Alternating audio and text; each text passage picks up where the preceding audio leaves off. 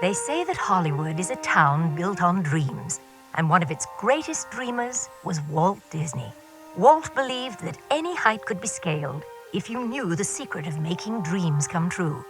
Well, he certainly knew that secret.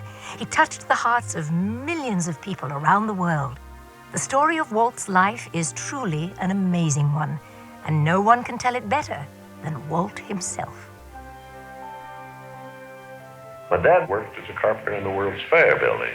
He eventually ended up in Chicago as a contractor, and he was doing that when I was born, December 5th, 1901. But my dad made some money as a contractor, and he wanted to get back to the farm. They finally ended up buying this farm in Marceline, Missouri, and it was a beautiful farm. But it was not the kind of farm to make a living on. Things got pretty tough on the farm, and my dad had a sickness.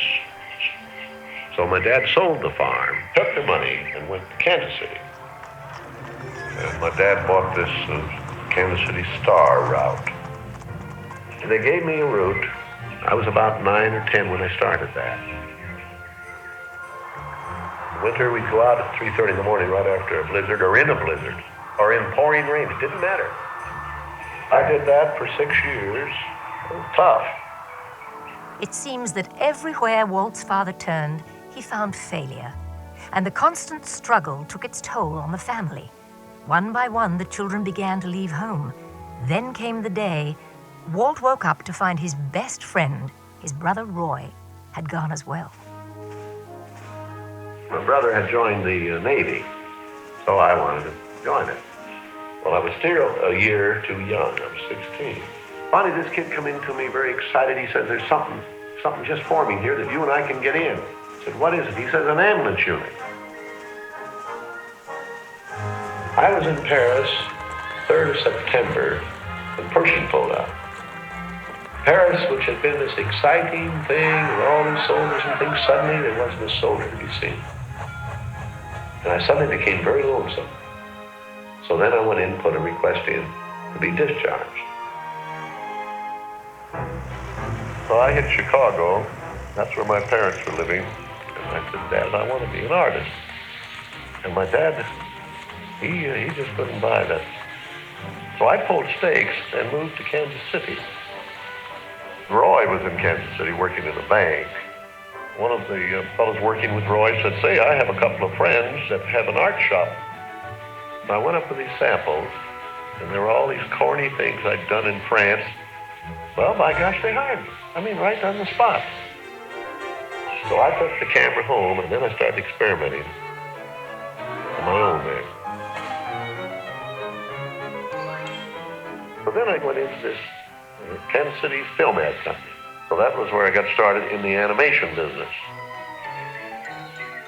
So I was thinking if I had something with a novel twist, I might crack the market. But I still couldn't get anywhere with it. I'd failed. I learned a lot out of that. And I think it's important to have a good, hard failure when you're young. I packed all my worldly goods in a cardboard suitcase. I went to Hollywood, arriving there with just $40 in my pocket from my Kansas City ventures. Now, my brother Roy was already in Los Angeles. Both of us were unemployed. We solved the problem by going into business for ourselves. We established the first animated cartoon studio in Hollywood. Walt's dream was finally coming true. He had his first commercial success, Oswald the Lucky Rabbit. And Walt himself was lucky enough to marry the girl of his dreams, Lillian, a pretty ink and paint girl who worked at his studio. Then he was dealt a tough blow. On a trip to New York City, he learned that through a contract loophole, he had lost ownership of Oswald. And to make matters worse, the distributor had signed away all of Walt's artists.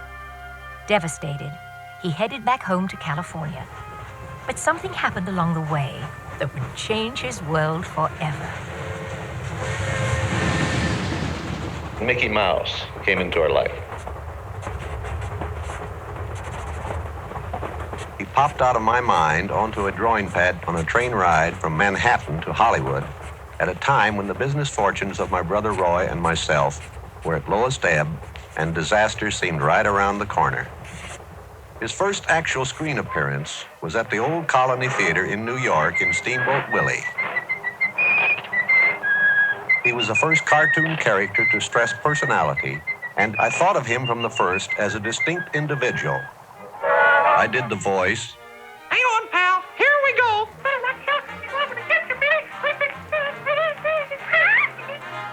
Mickey was simply a little personality assigned to the purposes of laughter.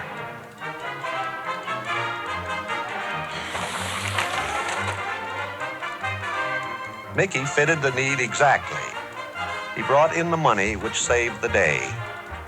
He enabled us to explore our medium, and he paved the way for our more elaborate screen ventures. By nature, I'm an experimenter, so I had another idea which was plaguing my brain. It was the Silly Symphonies. It was a series without a central character. Every one of them was a new type of subject to give us something to reach out and accomplish something different.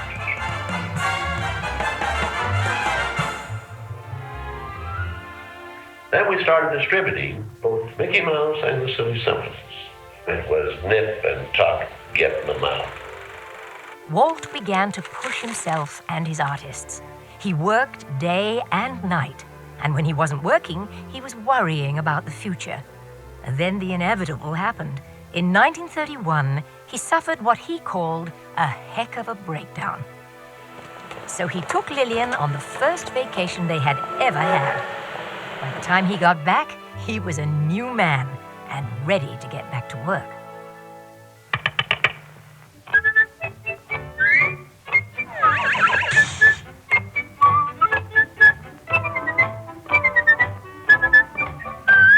I saw the handwriting on the wall there, because the short subject was just a filler on any program. Now, if I could crack the feature field, then I could do things.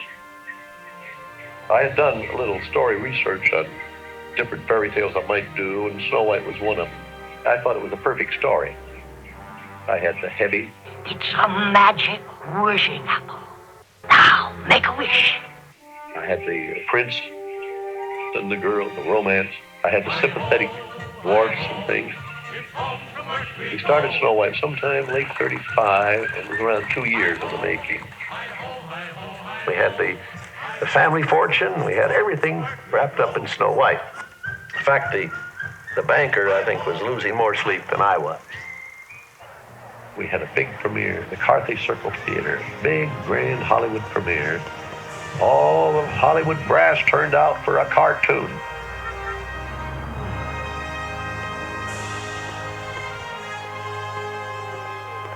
The daddy of Snow White and the Seven Dwarfs is going to be presented this beautiful statue. Isn't it bright and shiny? Oh, it's beautiful. Aren't you proud of it, Mr. Disney? Well, I'm so proud I think I'll bust. With the profits of Snow White, I built a studio.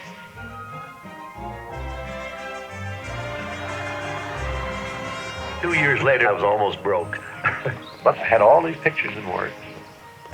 Pinocchio? You can see there are no strings on me. Bambi. Fantasia.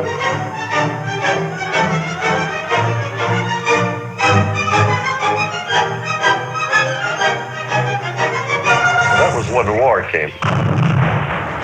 The whole world was collapsing then. So many of my boys went to service.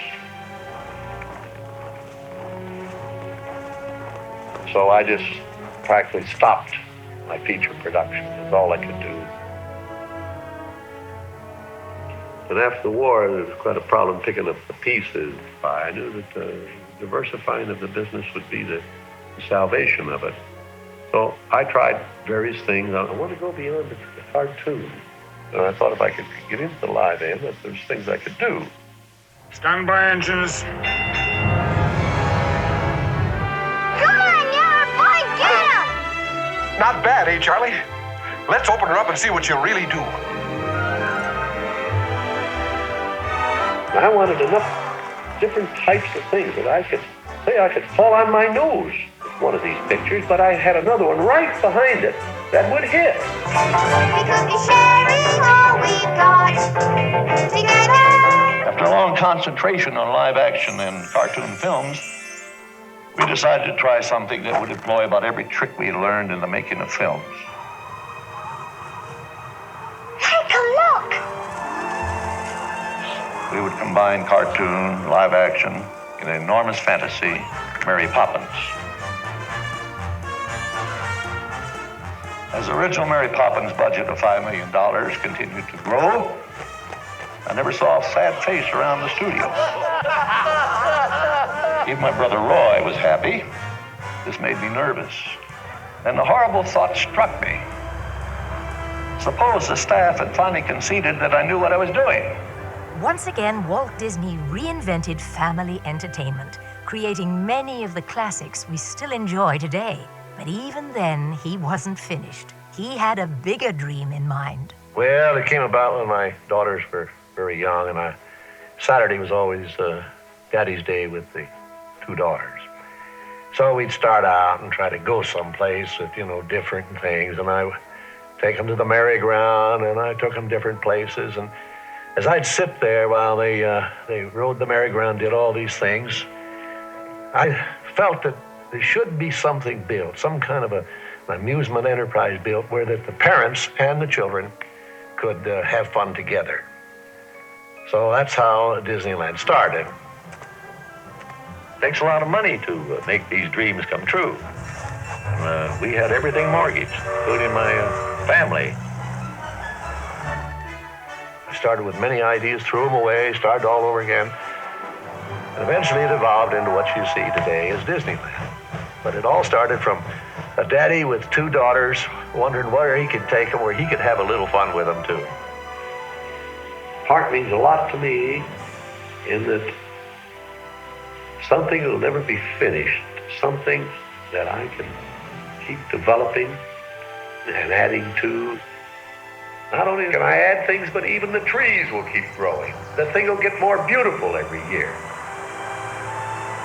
And I knew that if I did anything like the park, I had to have some kind of a medium like television to let the people know about it.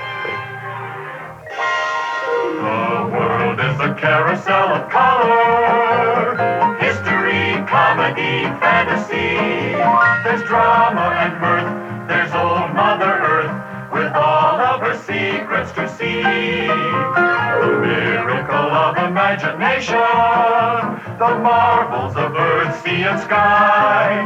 These wonders untold are ours to behold in the funny world, the sunny world, the wonderful world of color.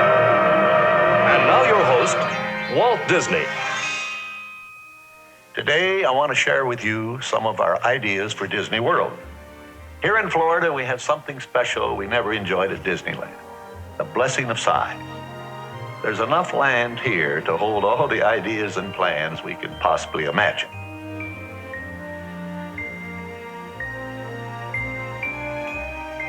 Everything in this room may change time and time again as we move ahead. But the basic philosophy of what we're planning for Disney World is going to remain very much as it is right now. We know what our goals are. We know what we hope to accomplish. And believe me, it's the most exciting and challenging assignment we've ever tackled at Walt Disney Productions. Well, after 40 some odd years in the business, my greatest reward, I think, is that I'd have the public appreciate and accept what I've done all these years. That is a great reward. And I think by this time, my staff, my group of executives are convinced that Walt is right, that quality will out. And I think that'll hang on after Disney. Walt Disney once said, "I hope that we never lose sight of one thing, that it was all started by a mouse." But we know it was really all started by a man with a dream, and a mouse. like a bolt out of the blue. Fate steps in and sees